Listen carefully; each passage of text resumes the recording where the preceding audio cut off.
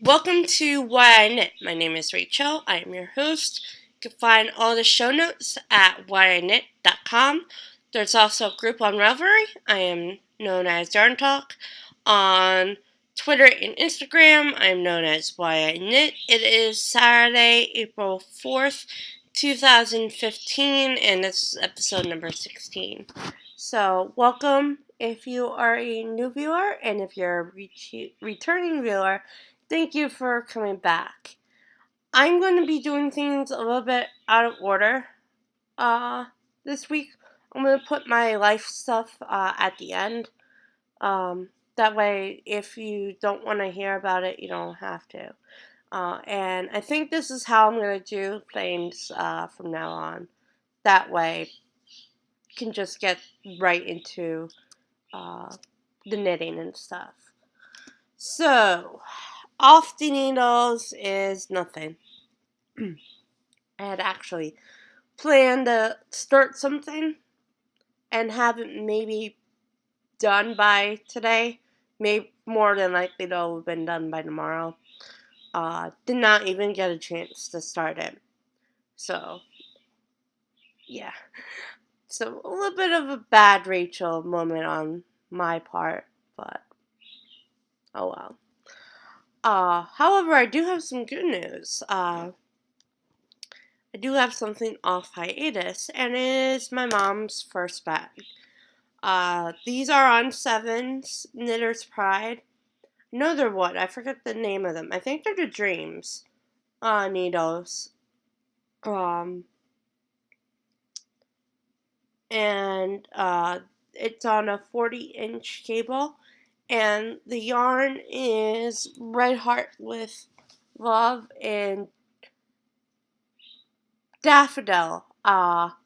This is actually not the first time I've recorded this week's episodes. I don't even know what number. But I had called it Buttercup in a previous recording, but it's actually Daffodil. So this is going to be a bit of a simple bag. It's going to be like ribbed at the top, ribbed at the bottom, so it doesn't curl. And then like stocking it in the middle. So it's going to be very simple, and then I'm going to knit up the strap later. So really my goal for this week is to get about, I'm going to say, quarter way done. And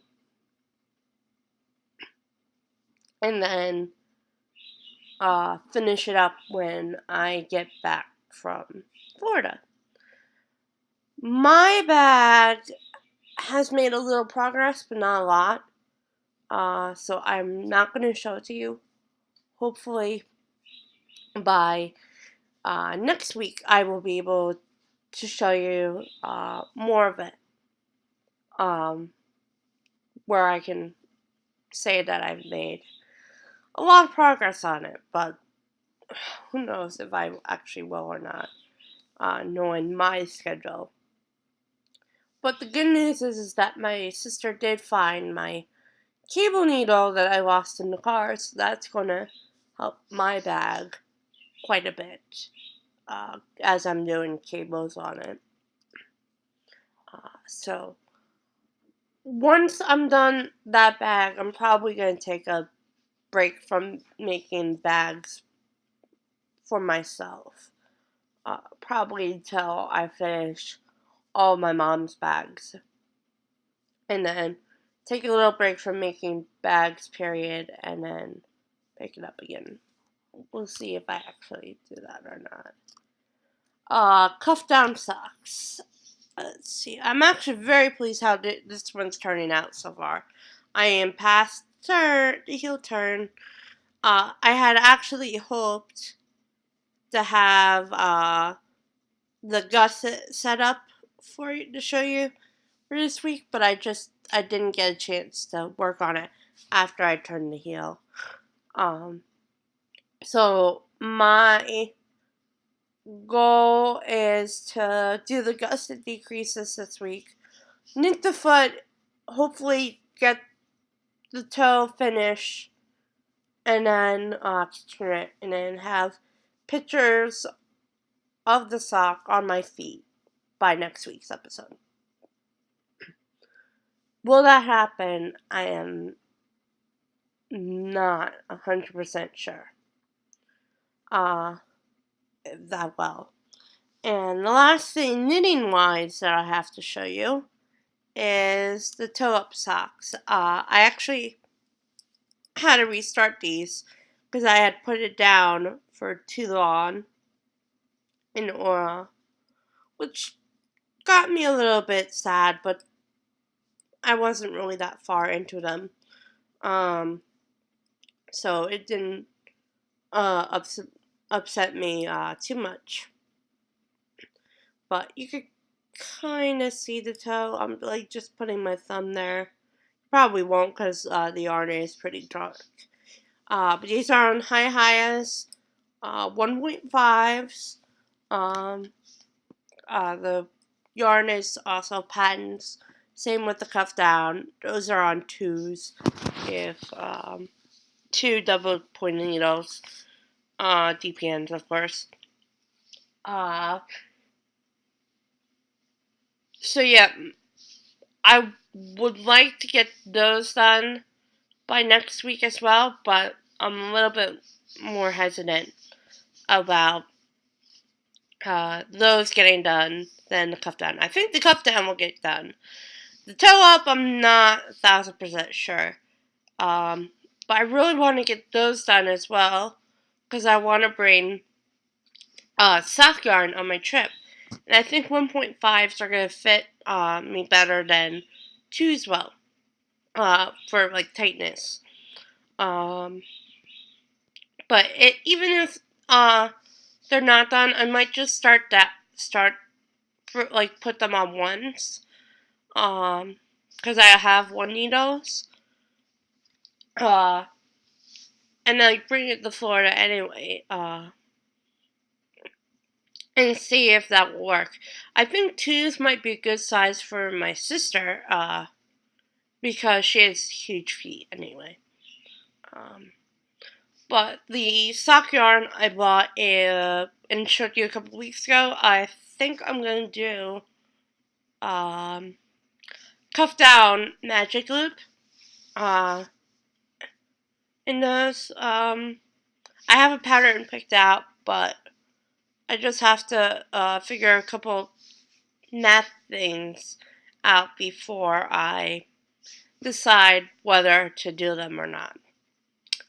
So that is it with what's on my needles and what I'm thinking about for the future, sock wise. I have something off the hook for crochet, and hold on. And I have it, trust me. Here we go. Granny square is done, yay! It looks a little bit bigger. Might look, but it's really not. Because I looked at the size and it's the same. I think it's because the darker blue is looks bigger on the inside, if that makes any sense. And I have this one currently working on. Although the more teal is on the inside for that one. My goal is to get at least 2, maybe 3 more done before I leave. They're super easy, and I really only work on them in the car anyway. So sorry for the coughing. But yeah, I'm really hoping to get those done before I leave. That way I can put it away for a while and then pick it up maybe a month or two. Probably just like a month after I get back, or like a week, more like a week. But honestly, I'm really happy I'm crocheting again. Makes me very happy. But I will talk about that probably in a future episode. I might even dedicate an episode to just crochet. I think I'll do that. But when, I'm not sure that. That won't be till down the road probably. So that is it for crocheting. So spin zone time. Let me go grab it because I have it right here. I kind of screwed up the plying, which I was not happy about.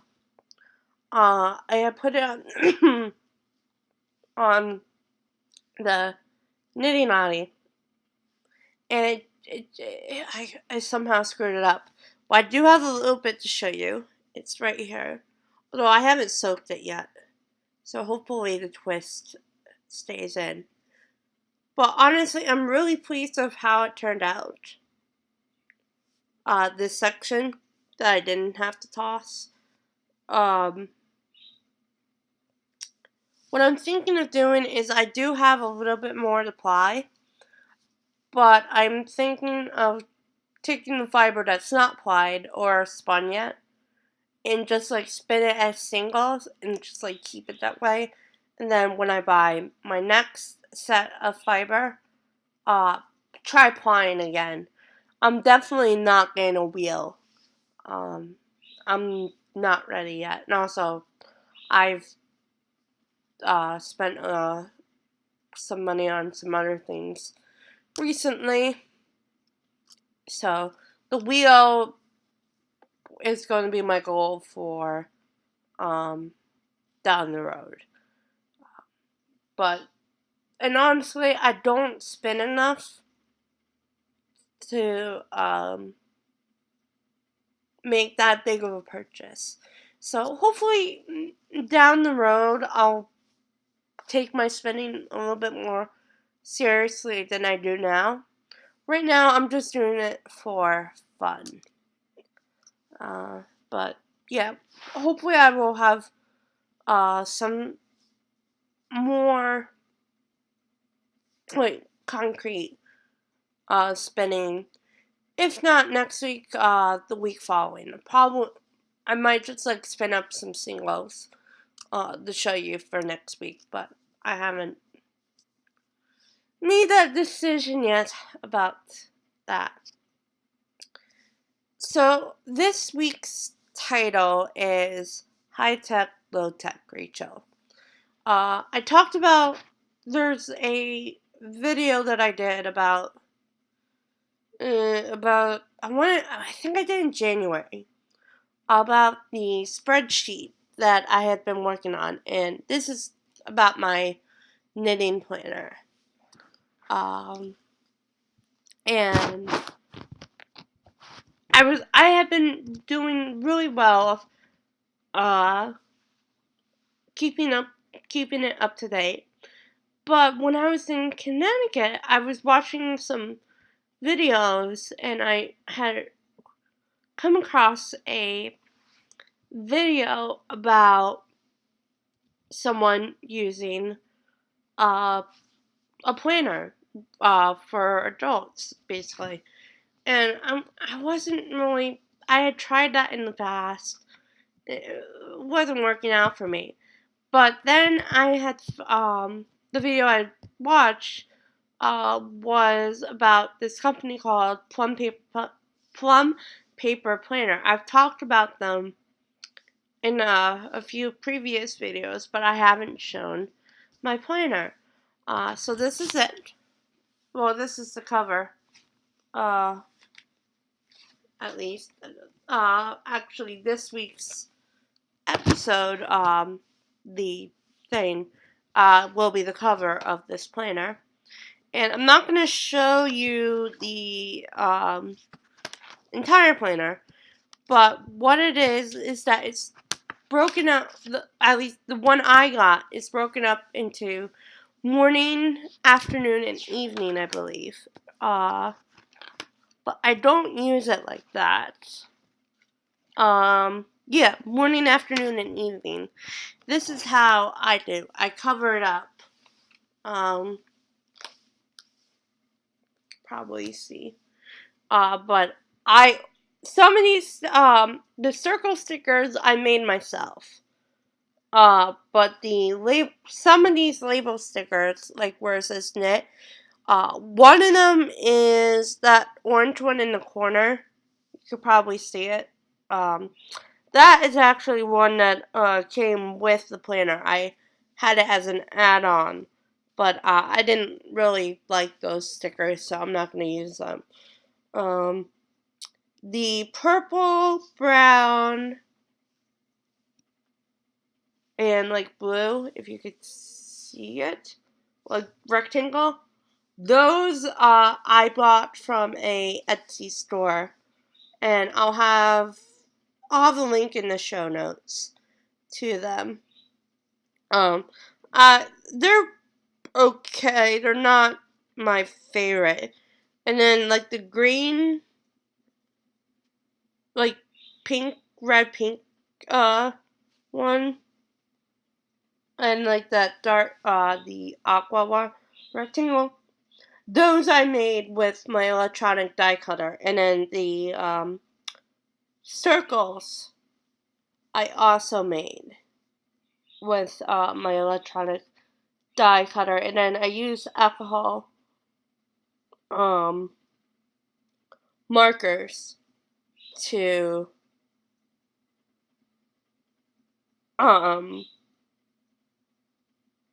color them in, and then wrote what I wanted to write. Although I have stamps arriving, hopefully soon, hopefully today, because I looked at the tracking and said that it's in my town, so yay.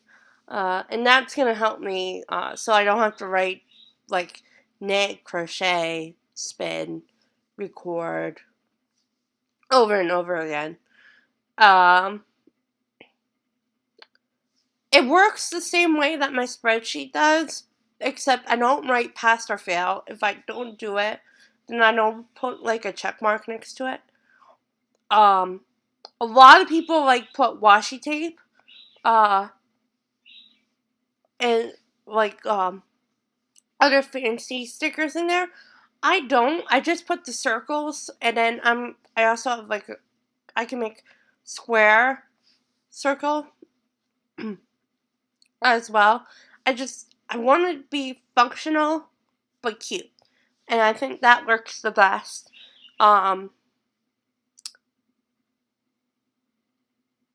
what I do is I have like a section for crochet, I have a section for knitting, I have a section for spinning, and I have a section for my video stuff because I'm using it for content in my knitting. So far, I've only used it for a week because I had it start in April, and that's the one thing that I liked about the Plum Paper Planner. There's another company called Erin Condren that puts out a very similar planner to them. I believe Erin Condren might even be a little bit older company, but they're more expensive. This was about $30, and the Erin Condrens are about $50. So, yeah. But I will have a link to Plum Paper's Etsy website, the Etsy store, and the place where I got the stickers, the label, and stuff. I'm probably going to do a more extended video down the road of my physical planner. I'm still using the spreadsheet, but the spreadsheet now, for right now at least, it's just more of like a backup than anything else.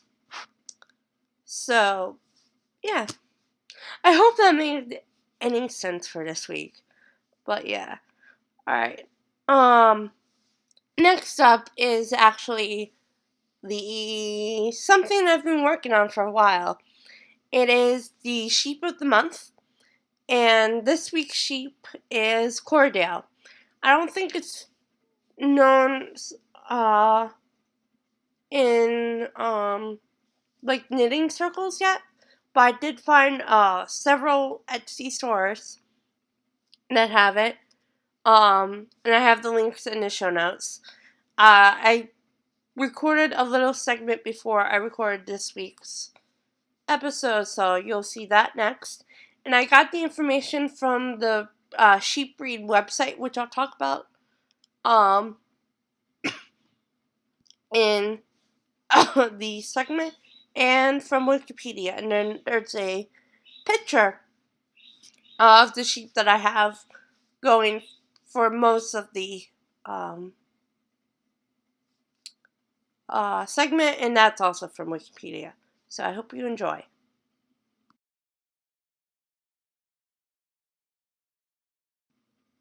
So the Cordell is a dual-purpose sheep. It's known for its meat and its wool. It came to the U.S. in 1914. Frank S. King of Wyoming founded the American Cordell Association 2 years later in 1916. It is a crossbred of Lincoln and Merino from Australia and New Zealand, and James Little of New Zealand is credited for establishing the breed.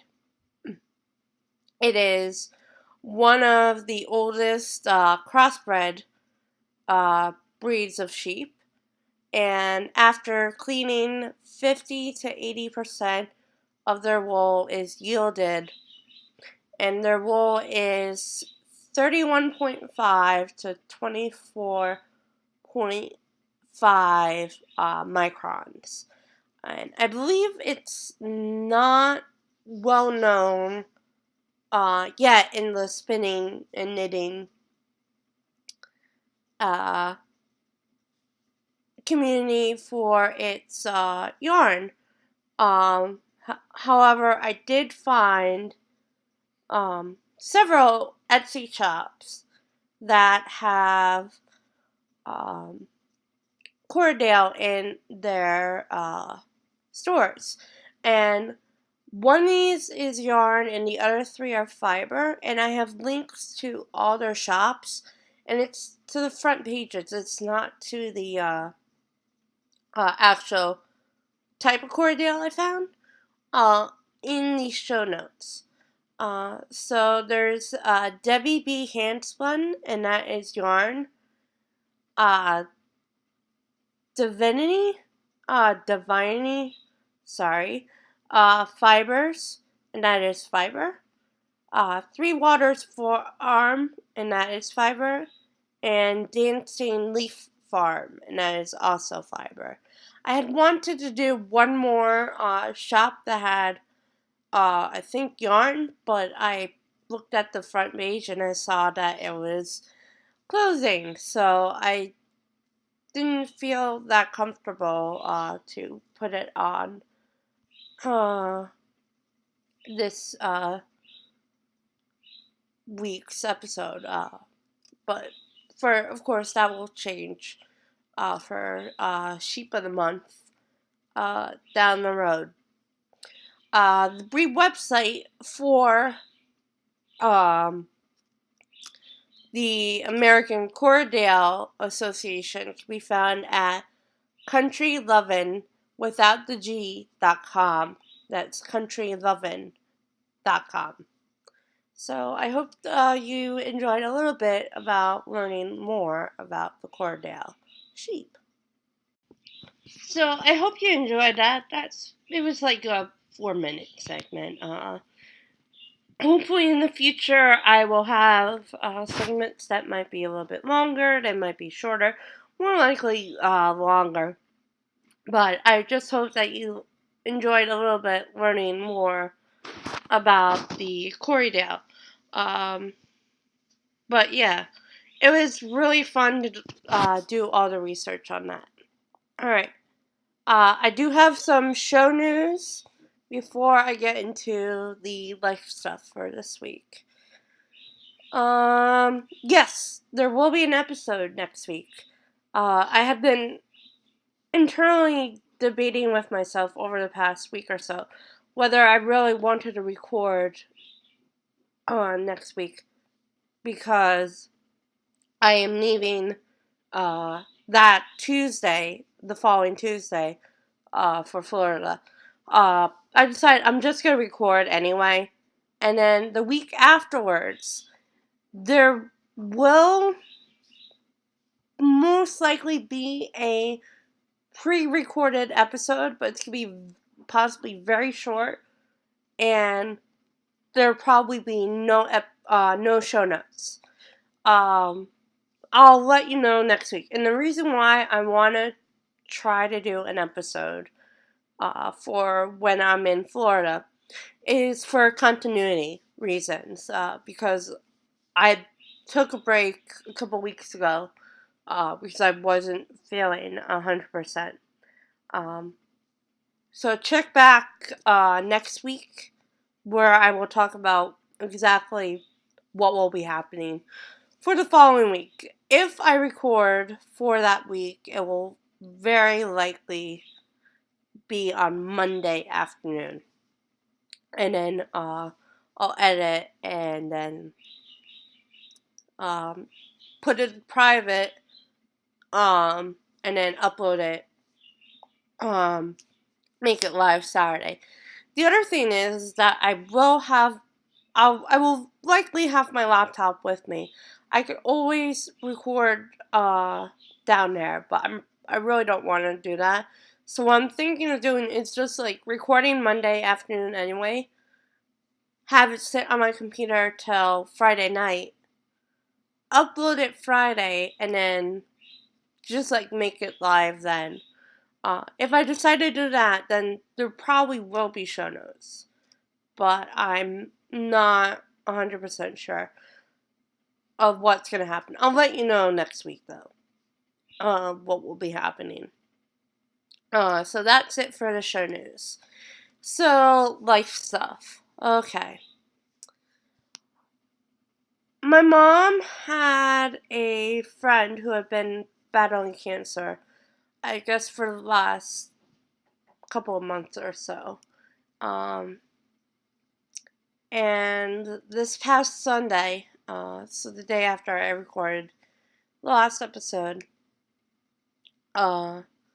she found out that her friend passed away. So the first half of last week, or this past week actually, was a bit rough for her. I mean, she's handling the death well, I guess.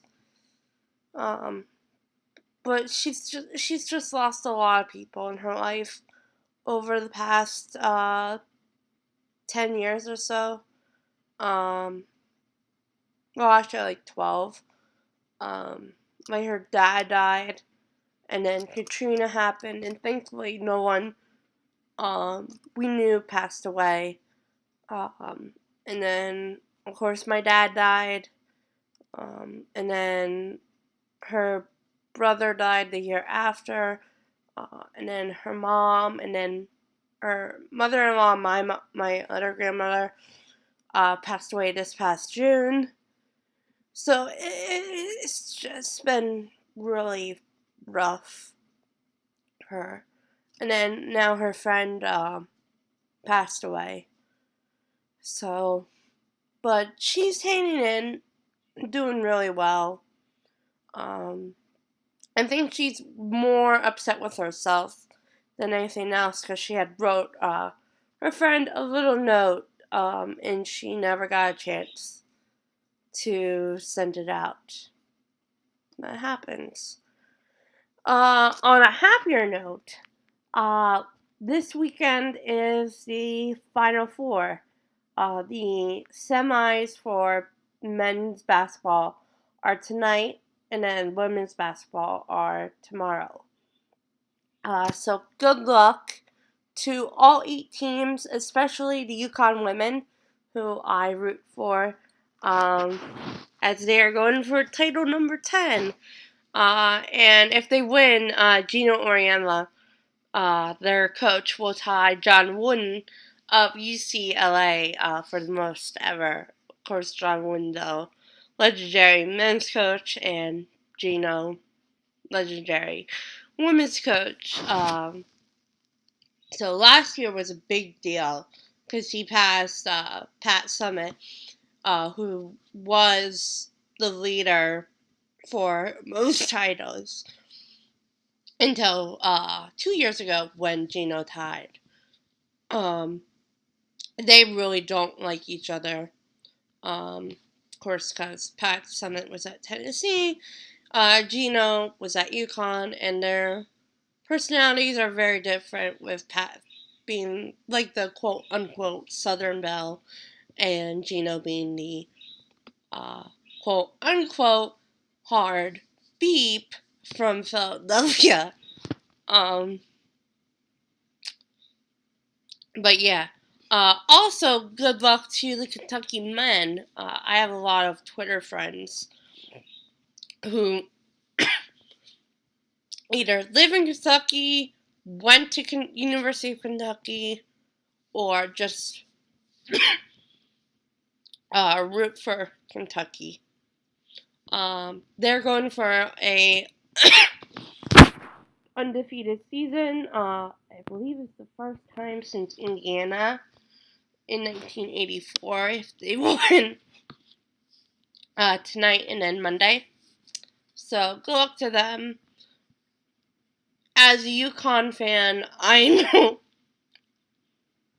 undefeated seasons are more common in women's basketball, although there is no undefeated team this year in the Final Four. All 4 have at least 1 loss.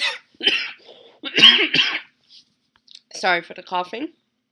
But good luck to all 8 teams.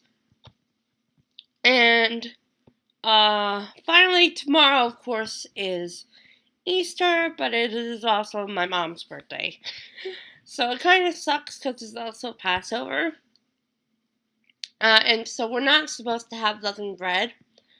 But I already broke because last night I had soda, and soda has corn syrup in it. And you can't have corn during